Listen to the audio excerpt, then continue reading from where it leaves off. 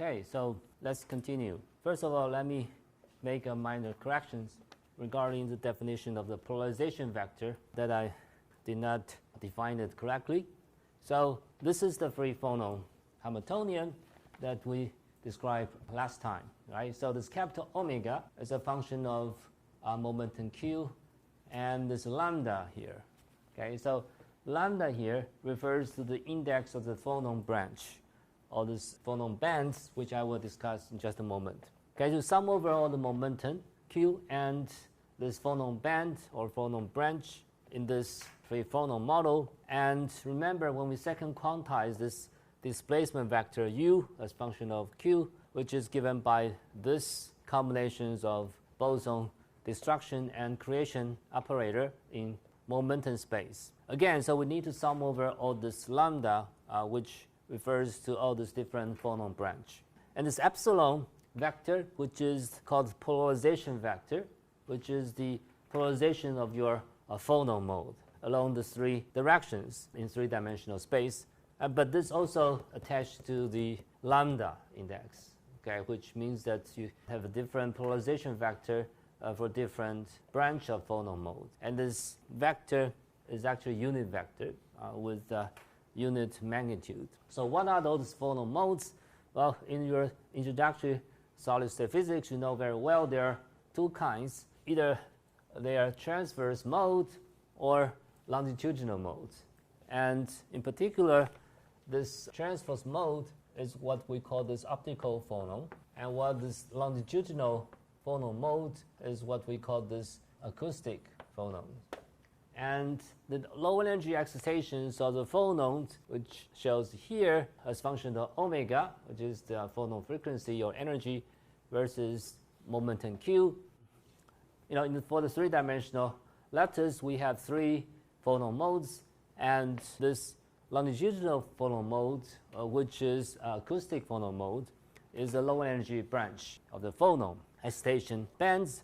But there are other two higher in energies, which we call those transverse modes. And what are those transverse and longitudinal modes referring to, right? So, for example, if you look at this cartoon picture, which shows how these ions vibrate in the three-dimensional space. For these two transverse modes, you could have such oscillations of ions, say, vertically, relative to this horizontal line, along this positive and negative z-axis, but they oscillate like this. Okay, so some of the ions actually move downwards, but the others upwards, and so on and so forth. So along this horizontal axis, you'll see this kind of up-down oscillations along the z-axis. So that's one transverse mode. But there's another transverse mode where you have this, another oscillation along the other direction, which is maybe we call this y-axis. So the ions actually move positively or negatively along the y-axis, while the momentum actually goes along the x-axis. Okay, so the reason why we call this transverse mode is because the momentum q is actually perpendicular to this polarization vector, epsilon. So this is q and this is the epsilon. Okay, so epsilon is the direction where the energy is going. So these are the two possible transverse phonon modes. And what about this longitudinal mode? Well, you could consider this as the mode where this q is actually parallel to this epsilon. It means that these atoms actually are moving along this x-axis, where again the polarization of the phonon propagation is also along the same direction. Okay, so the propagation of the phonon mode could be either perpendicular to or parallel to the momentum. And therefore, we call this lambda 1, lambda 2, and lambda 3. So we sum over all possible branches of phonon. So that's just a review of your free phonon. So let's just look at this Jellium model. Remember last time we said that we could actually go to another path where we forget about this lattice in the beginning and use the semi-classical method to compute this capital omega, which is a phonon frequency. And you'll find that this capital omega is independent of q, as we'll see in just a moment. But later we can actually make a revision. We can actually correct this kind of a too naive estimation in the beginning. So then later we could add the self-energy of this phonon propagator and also electron propagator to account for such a kind of a self-energy correction. And so after self-energy correction, we could compute this omega, or this renormalized phonon frequency, once again.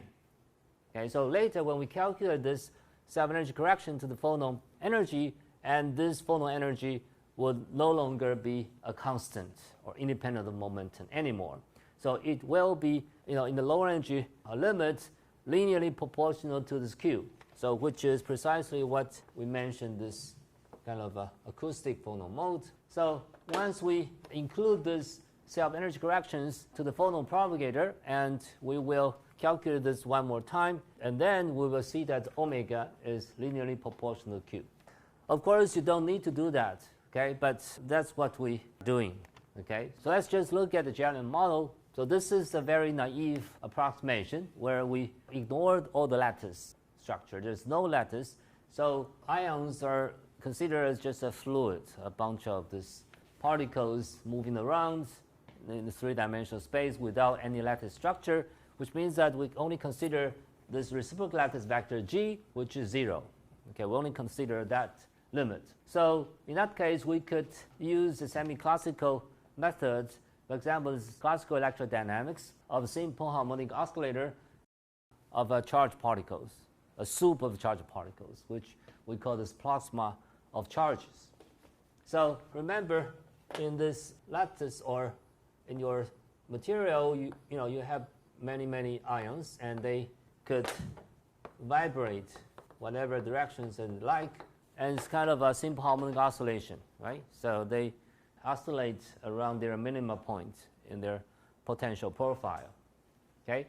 And such a simple harmonic oscillation could be analyzed in this classical EMN, where you could consider that once you have such a kind of a small vibration of your charge distributions in space, and you will see that this rho ion, which is the charge density of the ions, could actually go like a simple harmonic oscillation, and which is a constant, say, average charge density for ions plus a small time-dependent oscillation. And this small time-dependent oscillations, delta rho, goes like this periodic motion with a characteristic frequency capital omega, and this is what we're looking for. This is the same as capital omega over there, and with some small amplitude. All right, so you know that once you have these charge fluctuations or oscillations, there will be an electric field induced, the capital E, and we know from electrodynamics that the Gauss law, okay, tells us that this divergence of E is given by this small charge fluctuations times, this some constant. So the divergence of a capital E is given by this charge of ions and the small variations, fluctuations of the charge of ions, delta rho ion. And since we have this electric fields, and there should be a corresponding, say, Coulomb force, right? So this little f refers to this force once we have this electric field, which is linearly proportional to electric field with some prefactor, which is, again, this charge. Well, this is the same as this Newton's second law, which is m times a, right? And in the Newton's second law, you know that this Coulomb force is given by what? This m times this acceleration, which is dv by dt, where v is the velocity of your charge. Of course, in this, you need to multiply this by this uniform background ion charge density, right? But in this kind of a small charge fluctuation limits, the size of this ion charge density, rho ion, is approximately given by this uniform background constant charge, rho 0, so there's an approximation, okay? So we forget about the little magnitude of this delta rho, but we only care about electric field coupled to the uniform background ion charge, and which leads to the Coulomb force. So then we could apply the continuity equation here to actually solve for this, say, delta rho as a function of time, and also solve for this capital omega. So the continuity equation tells us that this partial ion density partial t plus the divergence of a rho ion times the velocity is conserved quantity, which is 0. And then you simply just approximate this rho ion as the rho 0 ion, because we don't care about the small magnitude fluctuations. And then you could simply just pull this rho ion and use this rho 0 ion to approximate this rho ion. As a result, you get this equation here, and you take the second time derivative of that equation, you get this equation here. And to lead to that equation, which is the second term here, is the divergence of F, where F is the force, remember that. So to derive this equation, you need this definition of the force, which is m times a times charge density of ions. And then you can simply just rewrite this dv by dt by this force F divided by this mass m charge density. And you cancel this charge density, and so this is what you have. So, but what is F? Well, F, as I mentioned, is approximately given by this quantity here as function of electric field and this rho 0 ion here. And then you plug in this kind of ansatz of this small charge oscillations in time with this e to the minus I omega t as a time dependence of this small charge fluctuations in time. So you plug in this kind of ansatz in that equation, which is the equation coming from the continuity equation. So then you could really compare the two sides of the equation, and you cancel all these common factors, and you get this omega square is given by this constant, precisely. Okay, you take the square root, and you insert that condition that the charge of an electron is equal to this capital Z times charge density of the ion, okay, and which is, again, it's just a constant independent of momentum q. And we call this kind of phonon mode the Einstein phonon, because this follows the same spirit that Einstein derived this kind of phonon a long time ago. Okay, and this is very naive semi-classical treatment of the phonon, but then later we will refine such a constant omega and to this small omega, and we see that this is proportional to linearly to q. And this is our acoustic phonon.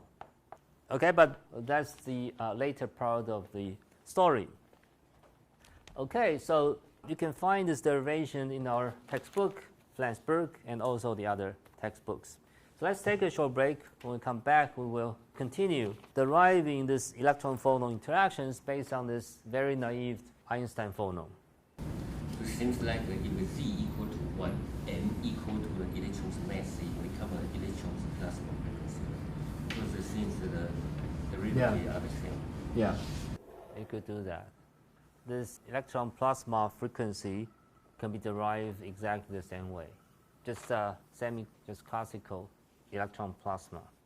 Okay, so now let's just look at this electron-phonon interaction as we defined last time, that this V tilde is the electron-ion coupling term that arises from this ion motion, lattice vibration, and as a result, this is the coupling between the displacement vector U alpha dotted to this gradient of the electron-ion potential, and we take the Fourier transform this gradient of the electron-ion potential, and we plug into this V tilde, we get this expression here.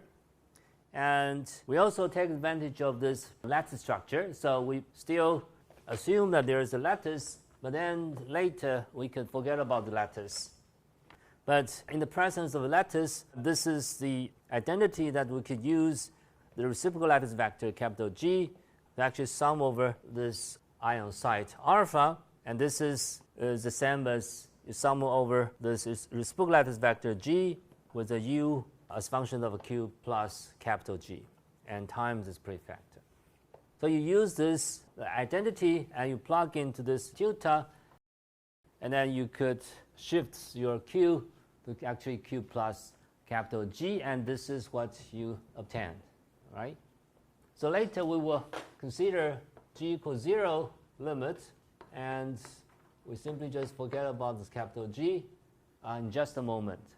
So from this V theta, which is electron-phonon interaction, you could come up with the Hamiltonian, which is the coupling between the charge of electron and V theta, which is electron ion potential when we consider the shift of the ion position. So you could plug in these Fourier transformations and perform this three-dimensional integral over this real space vector R, and this is what you get. Okay, so you get rho, which is the electron density at a particular momentum G plus Q, and also electron ion potential, and also this Q plus G vector dotted with polarization vector and times prefactor, and this B plus B dagger. Okay, so now let's just take a Jellium approximation where capital G vanishes, and remember the rho as function of Q is the electron density in the second quantized form. We know very well this is given by the C dagger K plus Q, CK, and sum over K, and this is the second quantized form of the electron density operator. Of course, we need to sum over spin. So now we are ready to write down this final expression for electron-phonon coupling. You simply just plug in this second quantized form for electron density back to this electron-phonon Hamiltonian, and you get the final expression. Okay, so let's just summarize everything. Of course, we need to sum over lambda, right? So I simply just... So this is the full expression that we call this electron-phonon Hamiltonian, and we could define so-called electron-phonon matrix element, and we could call all this complicated object circled by yellow as M0, which is called electron-phonon matrix element. So later we will simply just use M0 as our starting point, which is the bare electron-phonon matrix element. So the reason why we call it bare is because we are starting from the Einstein phonon, remember. Whereas capital omega is just a constant independent of the momentum Q. And we start from here, and we start to do perturbation, and including self-energy corrections. And then later we will correct this matrix element, and also the phonon propagator. All right? Okay, so let's take a short break. When we come back, we'll combine everything, and we could write down the full expression, including the free electron gas and electron-phonon coupling, and also the free phonon part. So these derivations could be easily found in standard linear body textbooks, including our textbooks, Flansburgh, and also other well-known textbooks. Okay, so let's just combine everything. So we could write down the full Hamiltonian of our electronic and electron-phonon system, which consists of this free electron connecting energy plus the Coulomb interaction. Remember, we have studied this Coulomb interacting electron gas, and also the free phonon part and electron-phonon coupling. So that's our universe.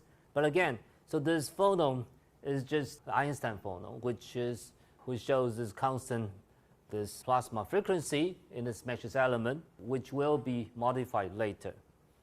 The way that we modify this is to include this screening effect, where you could modify this Coulomb interaction vortex by inserting this bubble. Remember that, okay?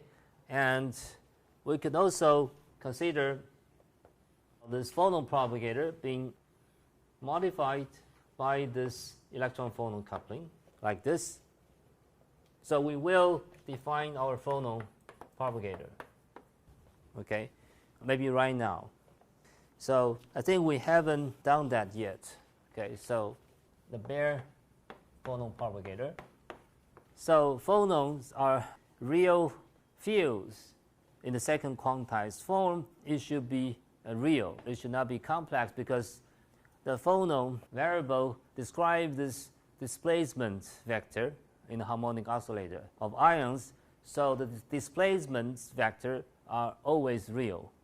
Okay, so that we could define our phonon field as a real field, which is combinations of B and B daggers. So we call this phi x tau, where tau is the imaginary time.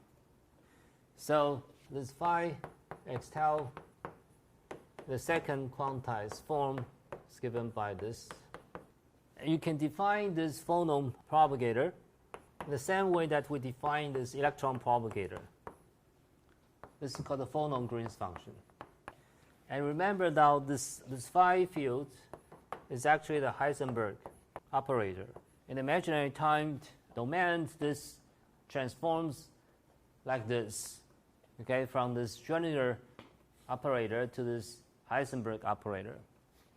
And you could calculate this D0, which is the bare phonon propagator, by simply just plugging this phi field, okay, here, and you multiply phi and phi at different space and time coordinates, and you simply just use this commutation relations of bosons, and then you can calculate this propagator, the bare propagator of phonon, which is simply just a Fourier transform of this, okay, of this. Well, I leave this to you as a homework exercise. You could derive it very easily. You simply just plug in this phi and perform this Fourier transformation, and you will get this. And where this n refers to this, you remember this is the number operator, right? Or this is the Bose factor, MB. And you know why you have these two terms when you multiply this phi and phi together, right? Because you have B plus B dagger times, again, another B plus B dagger. So you have a BB, B dagger, and B dagger B, and BB dagger. So, well, this is B dagger B, and this is BB dagger, because BB dagger is actually the number of B dagger B plus 1 using this commutation relation, right? So you get these two terms. And you could evaluate this Fourier integral over dk, and you'll get back to this D0 in real space. So this MB is given by this e to the beta omega 0 minus 1. Well, you can Fourier transform to the momentum and frequency, multiplier frequency domain. You can show that this D0 as function of momentum and frequency, multiplier frequency, is given by this. And again, I assign this to you as another homework problem to derive it. And you can see very easily why you get this omega 0 squared divided by multiplier frequency squared plus omega 0 squared. And this is because precisely we have two terms, right? You have two terms. You Fourier transform this, you get two simple electron-like propagator. Okay, but now this is a bosonic propagator. And when you add these two terms together, you simply get this phonon propagator. And remember the electron bare propagator, this is given by this, okay? But phonon propagator is somewhat more complicated because you have these two different contributions, and each of these contributions, contain this Bose factor, right? So this MB here. And I guess that's a very good starting point. So now we derive this bare phonon propagator, and we could start to perform perturbation. And we know what this bare propagator is for this phonon fields, and then we could start to normalize this by electron-phonon coupling. Okay, so let's take a short break. In the electron-Green's function, we always say it's Paul is a kind of excitation energy. But how about the phonon is the same structure? For the phonon, for the E, we have the similar things like Paul will be the excitation energy. Yes, indeed. But you could separate this into two simple pole, right? And then you have two kind of a simple pole. So that's also your, you could check in your textbook. Okay, something like that. Okay, so then you get these two simple pole contribution from these two different terms. Okay, so the pole structure looks quite similar but somewhat different. Okay, so let's try to modify this phonon propagator by electron-phonon interactions.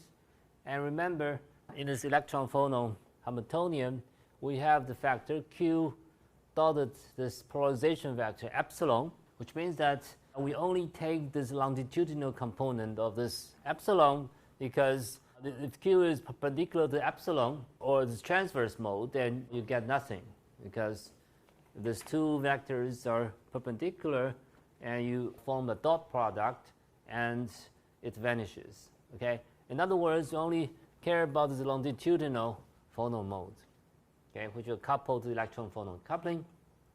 And this pi EP stands for, the normalized electron-phonon coupling, which could be considered as the summation of all this complicated, messy, infinite number of bubble diagrams, which I will mention in just a moment. Okay, so you could first consider the phonon propagator, which is the wavy line over there, modified by this electron-phonon coupling up to second order, because if you consider the second order diagrams of this electron-phonon coupling, you have this and that, and by weak contraction you could form an electron propagator, a bubble like this, okay, which is exactly this bubble. But remember, to fully dress this phonon propagator by electron-phonon coupling, so one of this meshes element and on the left hand side, for example, is actually bare, okay, but the other side should be fully normalized. Okay, so but that's just a single bubble. You could consider infinite number of bubbles by this Coulomb interaction. Okay, so you know very well that this electron not only interact with phonon but also interact with Coulomb, right? So, right, or okay, so these electron hole bubble could actually connect another electron hole bubble by a photon or a Coulomb potential. And you can see that this is a very complicated diagram which involves both Coulomb interactions and also electron-phonon coupling. So both electron-phonon and Coulomb interaction contribute to the renormalization of a phonon propagator. So you see that this epsilon or dielectric function will involve here because precisely of this multiple bubbles connected by a Coulomb. Okay? And so now you could actually expand this, the whole double layers of infinite number of terms. Okay, so you have this diagram could also be expanded in terms of infinite number of electron-phonon coupling, because you could simply just consider this kind of bubble mediated by electron-phonon. But also you could have such a mixed diagram between electron-phonon and the Coulomb interactions. Okay, so the first diagram represents already an infinite number of bubbles made only by this electron-phonon coupling. But the second type is also infinite number of terms, infinite times infinite number of terms, because this kind of a Coulomb interaction connects these two bubbles, but you could consider infinite number of these Coulomb bubbles and also multiplied by infinite number of electron-phonon bubbles. Okay, so that's why I use ... because you could consider the pure electron-phonon bubble, which is already infinite number of diagrams there, and also you have another infinite number of diagrams hidden here, which is the combinations of electron-phonon and electron-electron Coulomb interactions. So it's a double infinity. Infinity square is still an infinity. Okay, so now I can actually do bare perturbations, and I can simply just collect everything that I need, right? So, for example, you could simply just expand this infinite number of terms in terms of the bare matrix element m0, say the first term is actually m0 squared times g squared, which is this one, if m is replaced by m0, but you could have infinite number of terms like this. And so what do we do? Well, so you simply just collect everything and you try to simplify this. But what is this infinite number of terms inside the bracket? Well, you can compare this with the expansions for electron-electron interactions that we discussed already. And there, we know that this photon propagator or Coulomb interaction could be renormalized by this electron hole bubble like this. And if you expand this up to many, many terms, you'll find more or less the same bracket that you find here. So this is g squared plus g squared u0 g squared, and this is precisely this g squared plus u0 g to the fourth, which is g squared u0 g squared, and plus blah, blah, blah. And you could move the things around between the left side and the right side of the equation, and this bracket dot, dot, dot is simply just u of q minus u0 of q divided by u0 squared, right? So if you move this to the left and then divide it by u0 squared, and this is precisely this bracket implies, but this bracket is the same as that bracket. So let's just discuss what this bracket leads to. Well, this is 1 over u0 times 1 over epsilon minus 1. Because remember, this dielectric function is defined this way, right? It is related to this bare and effective Coulomb potential in this definition, okay? So now you could use that definition and represent this in terms of the dielectric function, 1 over epsilon minus 1, and then so you plug this in. So you get this pi Electron-Phonon m0 of q squared divided by u0 of q times 1 over epsilon of q minus 1.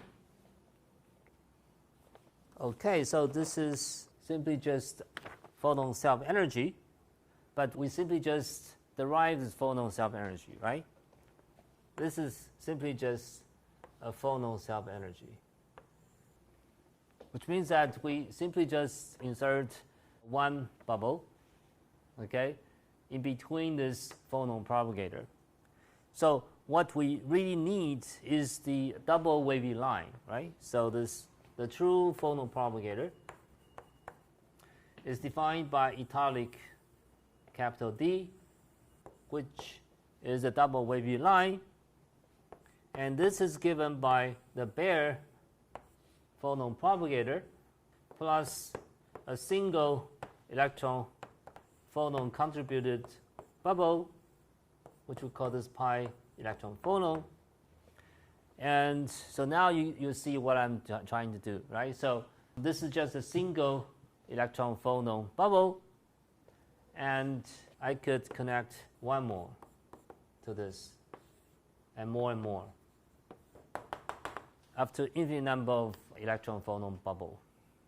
And this is what I call this double layers of infinity, okay? Infinite number of terms, a square of this infinite number of terms. Because at this level, we only count the contributions coming from this Coulomb interaction bubble, okay? And this m is taken just the bare value, m0, okay? But once we get to this kind of level, and we can actually continue to repeat this, the bare or the single irreducible electron phonon bubble, and then you connect all this pi EP by this wavy line, which is the photon propagator. And that's the second layer of infinity, because now you can actually do this forever, okay? But even inside this shaded single electron phonon bubble, pi EP, there's already infinite number of terms coming from this Coulomb, okay? And the second layer of infinity comes from this electron phonon bubble. So, and you could easily sum of all of this kind of a pi EP in the same manner that we obtain this dielectric function, the Coulomb interacting electron gas. So let me just summarize here. So the fully dressed phonon propagator, capital D, is given by D0 plus D0 pi, D0 plus, which is D0 1 minus pi EP D0. Okay, so this is our final expression for a fully dressed phonon propagator by including the contributions both from the electron-electron Coulomb interactions, also electron-phonon coupling. So since you know already this D0 as a bare phonon propagator, and you simply just plug it in, and then you know what this pi EP, which is this quantity here, and you know what the epsilon of Q. As a result, you know everything about the fully dressed phonon propagator. Okay, so this is the next thing that we'll do. So after the break, we will plug in everything. We'll get the fully dressed phonon propagator. Okay, so you could look at our textbooks and all the references. So this is standard to the power of infinity in this many-body theory. Okay, this is, you should definitely know. Okay, so by now I think you would appreciate the power of Green's function and all the self-energy and vortex corrections that we could calculate perturbatively and diagrammatically. Unfortunately, many of solid-state systems could be studied by this kind of self-energy and simple vortex calculations.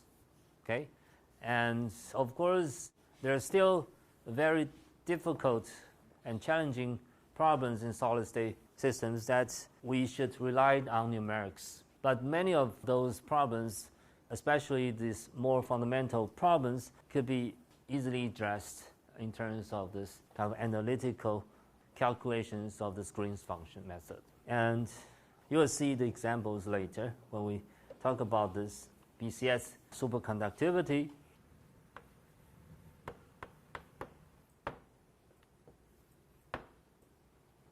And we know this, the bare phonon propagator, which is this, and this capital omega is just Einstein phonon frequency, right?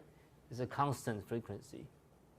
And this fully dressed phonon propagator, this italic capital D, is given by this, which is a function of this Einstein phonon frequency and the single electron phonon self-energy, pi EP, and this pi EP is given by this electron phonon matrix element square, and also U0, and times 1 over epsilon minus 1.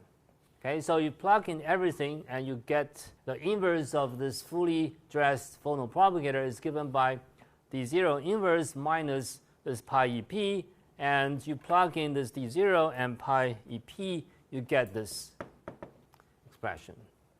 So now here comes the magic. Okay, so as I mentioned, our starting point is the very naive and crude approximation called the Jellium approximation, where this omega is just a constant, independent of Q. And you can show that this omega is related to the m0 squared divided by u0 of Q. Okay? Because m0 is proportional to, say, square root of u0. So then with some prefactors, and you cancel this prefactor, you find this is precisely the Einstein phonon frequency, capital omega, in the Jellium limit. So now you simply just simplify this complicated expression in the bracket by plugging this Jellium condition right here, and you immediately derive the famous fully dressed phonon propagator with the acoustic phonon dispersion like this. So again, I leave this to you as a homework exercise.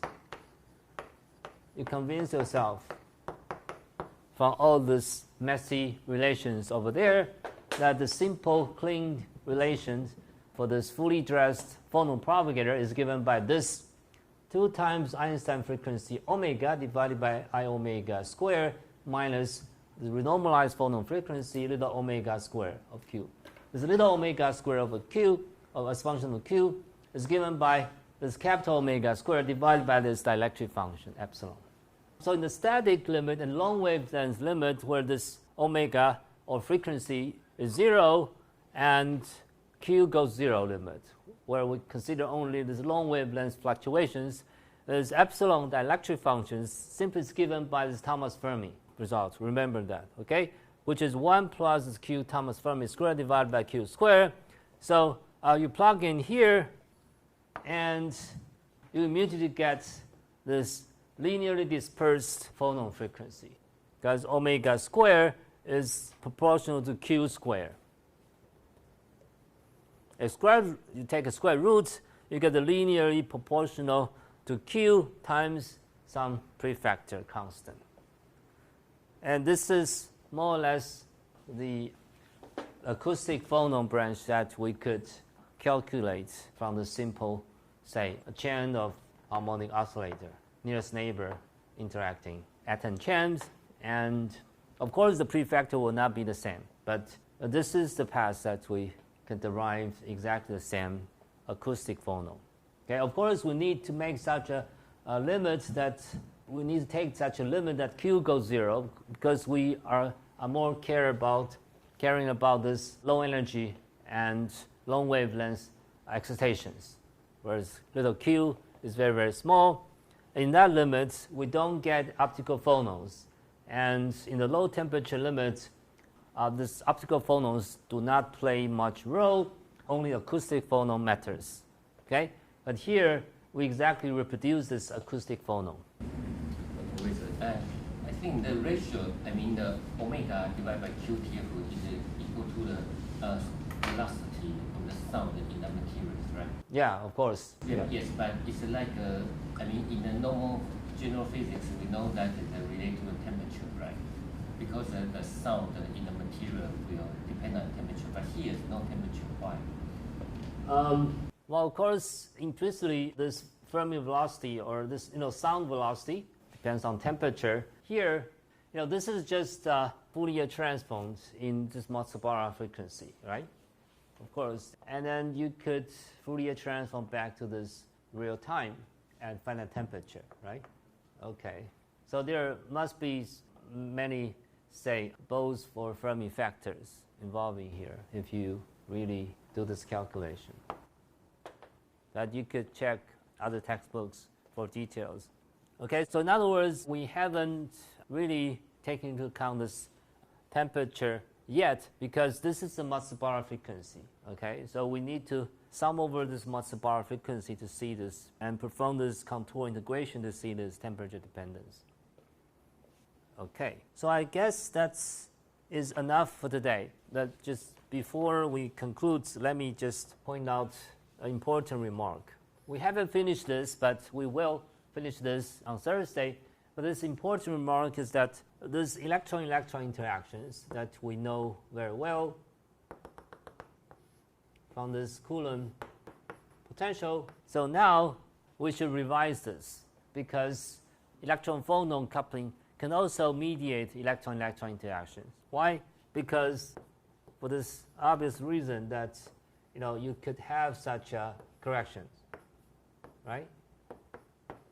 So two electrons come in and they go out, but they don't mediate, their interactions are not mediated by the Coulomb. Instead, they could be mediated by electron-phonon. Because without Coulomb, I can still imagine that two electrons can interact by electron-phonon coupling. And this is the M, for example, M0. This is another M0. And this is U0, for example. Okay? So in the realistic solid-state materials, such as metals, of course, these two interactions coexist. Okay, so we have both interactions. Okay, but we know very well that this electron-electron interaction by Coulomb is always repulsive, right? However, you will see in just a moment, next time, that electron-electron interaction by electron-phonon coupling could be negative or could be attractive. And so you need to sum of all this, both interactions, both repulsive and attractive interaction. But which interaction wins? Of course, I've said that very low temperatures, below the superconducting transition temperatures, this is attractive interaction that wins. Okay, that's why we have the superconductors. Okay, so if electrons are repulsive all the time, even if we consider electron-phonon, then we do not have the superconductors in the real world, right?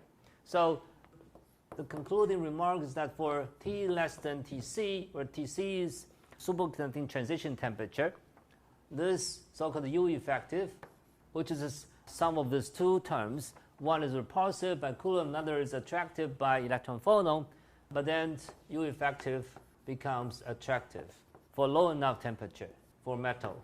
And this attraction between two electrons is the origin of a BCS superconductivity, which will be our next chapter, but we're almost there, right? So by now, you will see that in general, the electron-electron interaction by electron-phonon could go either attractive or repulsive, but we don't know that at this point.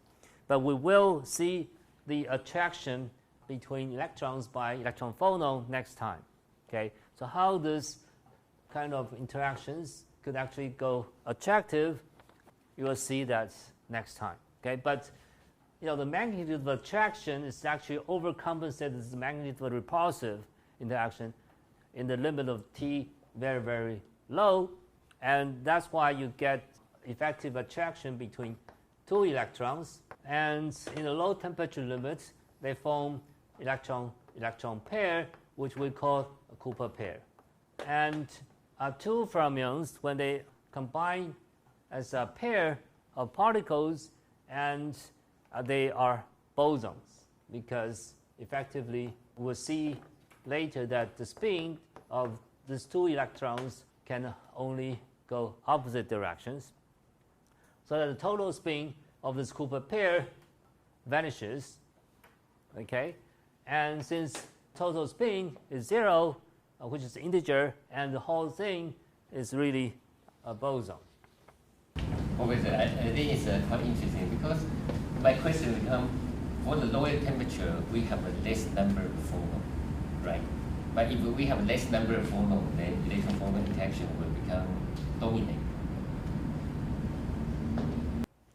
So what's your argument then? My argument is why the less phonon, then you have become attractive interaction, because at low temperature we have a less phonon. And just simple thinking, I have more phonon, maybe I have a more electron. But yeah, I know. But do not forget the quantum fluctuations, even worked at 0 temperature limit.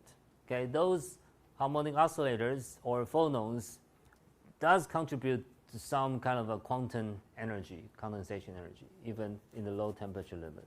So of course you get less and less, slightly less number of phonons in the excited states.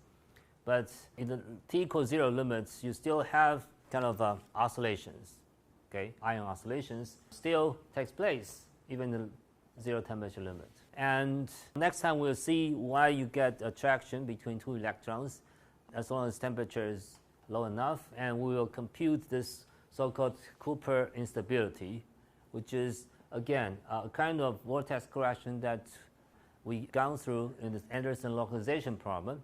So we will calculate more or less the same diagram, or the particle-particle channel, this kind of vortex corrections to the electron-electron interaction. So you will see this kind of a ladder diagram next time by Green's function method, and then you will see that as you lower temperature to some below critical temperature, and this diagram will become divergent, infinity. Okay, so, and of course we know the sign of this interaction is actually negative. Okay, and you will see next time that temperature is low enough is always attractive.